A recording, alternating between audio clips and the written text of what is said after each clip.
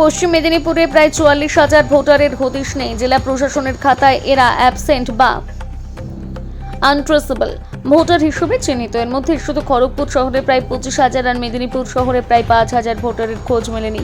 সোমবার বিকেল পর্যন্ত জেলার সর্বশেষ পরিসংখ্যানে উঠে এসেছে এই তথ্য। জেলা শাসক বিজেন কৃষ্ণা স্বীকার করেছেন, এই বিপুল সংখ্যক ভোটারের খোঁজ পাওয়া যায়নি। তবে ঠিক কী কারণে এমন পরিস্থিতি তৈরি হলো তা স্পষ্টভাবে ব্যাখ্যা করতে পারেননি তিনি।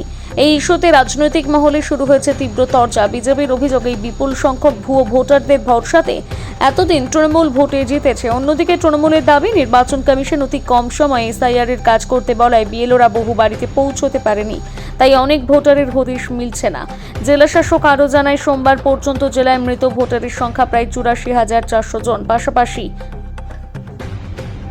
এনুমারেশন ফর্ম জমা পড়লেও প্রায় ৬০,০০০ ভোটারের ম্যাপিং করা যায়নি। এদের সবাইকে হিয়ারিংয়ে ডাকা হবে এবং প্রশাসনের আশঙ্কা এই সংখ্যা আরও বাড়তে পারে।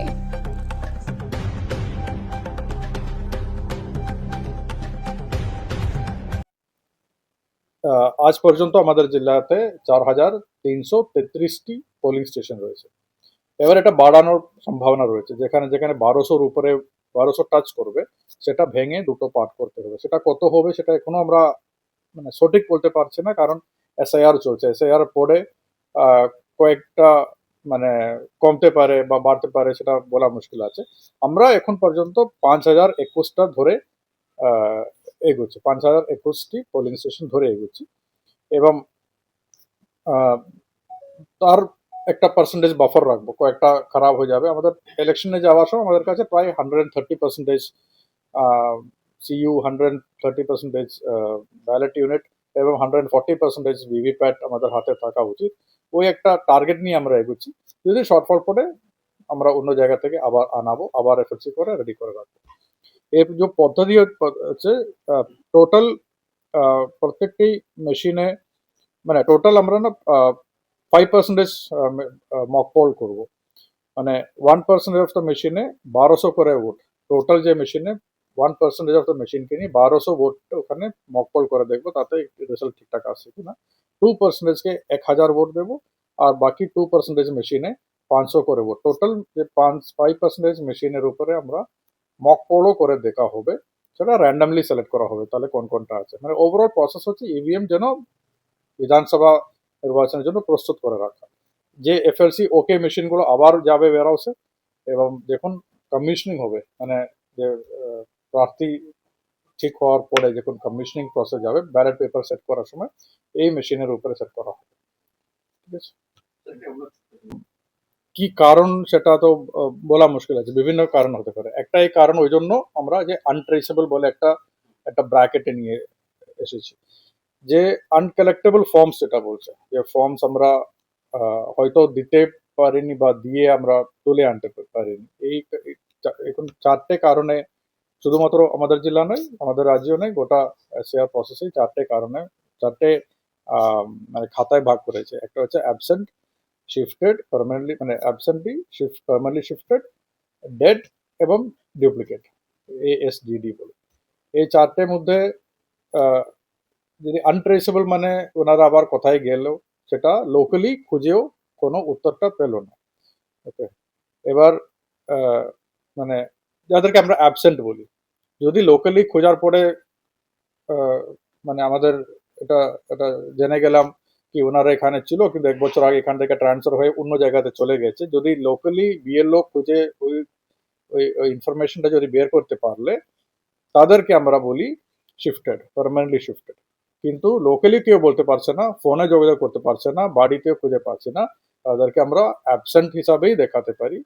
মানে বিভিন্ন কারণ হতে পারে, কাকেও জানায়নি, বা যে পাশের বাড়িতে যারা ছিল তারাও চেঞ্জ হয়ে এসছে, বিভিন্ন কারণে হতে পারে। তা সবাই মিলিয়ে এই আপনি যে সংখ্যাটা বললেন, প্রায় ৪৪,০০০ লোক এই ক্যাটাগরিতে রয়েছে।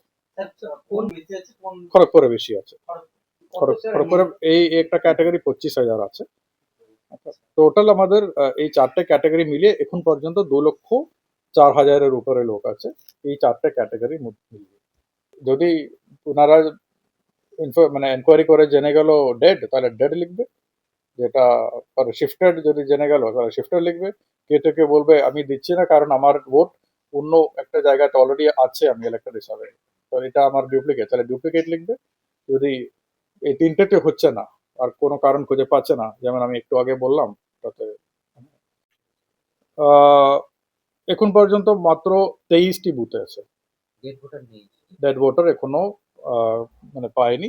হতে পারে আরো কয়েকটি ফর্ম যেটা আছে সেটা ওনারা একটু কনফার্ম করছে, ঠিক আছে। এই সংখ্যাটা মানে কমে কমে কমে আসছে।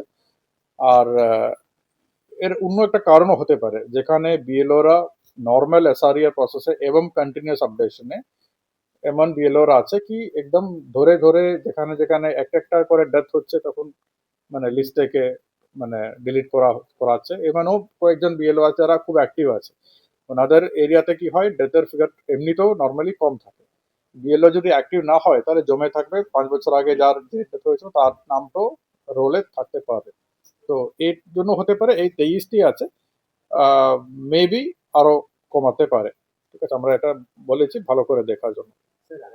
একটু আগে যা খবর পেয়েছে, 40,15,830টি ফর্ম ডিস্ট্রিবিউট করা হয়েছে, তাতে মাত্র 700 ফর্ম এখনো আমাদের কাছে মানে চলে এসেছে, মানে আইদার বিএলও কাছে আছে, ডিজিটাইজ হয়নি। Okay, সেটাও এক্সপেক্টেডলি আজকের মধ্যে শেষ হয়ে যাবে। সেই জন্য আর বিশেষ কোনো কোথাও কিছু করার দরকার, মানে গ্রাউন্ড থেকে এমন কোনো রিপোর্ট আসেনি। এবার হিয়ারিং এর সময় এবার কমিশনের মানে নির্দেশ কি হবে সেভাবে আমরা হিয়ারিংটা শিডিউল করবো। হিয়ারিং এর যেহেতু আমরা এখনো হিয়ারিং এর ক্রাইটেরিয়া জানি না, কি ভিত্তিতে কাকে হিয়ারিং এ ডাকতে হবে সেটা এখনো মানে আসেনি। আমরা এক্সপেক্ট করছি কমিশনটা ক্লারিফাই করবে, তারপরে সেটা বলা যাবে। এই মুহূর্তে এটা বলতে পারি আমাদের যে 2 লক্ষ যে 4,399 জন যাদেরকে আমরা এএসডিডি বলেছি, মানে যারা আনকালেক্টেবল, মানে ডিউ টু এই 4টে কারণে যাদেরকে, ওই 2,04,000 লোক আছে, তাদেরকে হিয়ারিং এ ডাকতেই হবে। এবং যারা অলরেডি ফর্ম দিয়েছে, আর একজন ফর্ম দিলে ওনাকে দুভাবে ম্যাপিং করতে পারে। একটা হচ্ছে আপনারা নিশ্চয়ই আপনারাও করেছেন, আমি নিজের 2002 সালে আমার নাম ছিল, 25-এর আমার নাম, 2 সালে আমার নামের সাথে আমি ম্যাপিং করলাম। আরেকটা হচ্ছে আমার মানে প্রোজেনি যেটা বলে, আমার মা বাবা দাদু যারা আছে, এই দুটো ক্যাটাগরিও করতে পারলো না এরকম লোক আছে প্রায় 60,000, 60,000। ওকে, মানে তাদের ফর্ম আমাদের কাছে চলে এসছে, কিন্তু এখনো ওনারা ওই মানে অ্যাপের মাধ্যমে ম্যাপিংটা করা হলো না, ওনাদেরকেও হিয়ারিং এ ডাকা হবে। এই 2 লক্ষ লোক আছে যারা আসেনি, তাদের মানে আর হিয়ারিং এর প্রয়োজন তো হবে না আশা করি, জানি না, এখনো আমাদের যে ধারণা আছে এই 60,000 লোকে আমরা হিয়ারিং এ ডাকতেই হবে। এবং যারা ম্যাপিং করেছে ওনাদের মধ্যে কাকে কাকে কি পদ্ধতিতে হিয়ারিং এ ডাকতে হবে বা কি ক্রাইটেরিয়াতে ডাকতে হবে সেটা এখনো ক্লিয়ার হয়নি, সেটা কমিশন ঠিক সময়ের মধ্যে জানাবে বলেছে। তখন মানে আহ, কাকে ডাকা হবে, কিভাবে ডাকা হবে সেটা এখনো মানে বলা মুশকিল আছে, কারণ আমাদের কাছে কোনো ইনস্ট্রাকশন এখনো আসেনি। হিয়ারিং কি পদ্ধতিতে হিয়ারিং হবে, কি কি শিডিউলে হবে সেটা এখন হয়নি। আমরা আমাদের মতো একটা প্রস্তুতি নিচ্ছি, আমরা ভেন্যুস মোটামুটি ঠিক করেছি, কিন্তু ফাইনালি ডিপেন্ডস আপন কতজনকে ডাকা হতে পারে, কতদিন, কিভাবে, এটা ডিটেল এসওপি যখন আসবে তার আগে বলাটা মানে উচিত হবে না, সেটা প্রয়োজন নেই।